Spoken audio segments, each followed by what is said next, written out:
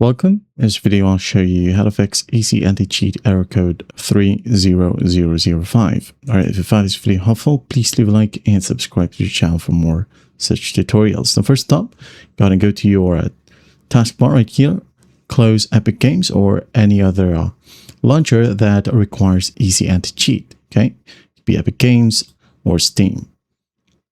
Close everything. Now go ahead and go to your taskbar right here again. Right click on a blank space. Now click on Task Manager.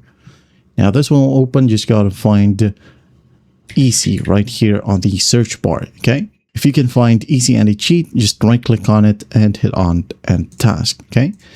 If you're not quite sure, again, right click and hit on Add Task. Now once that's done, go ahead and go to your File Explorer. And then here go to Local Disk C, double click.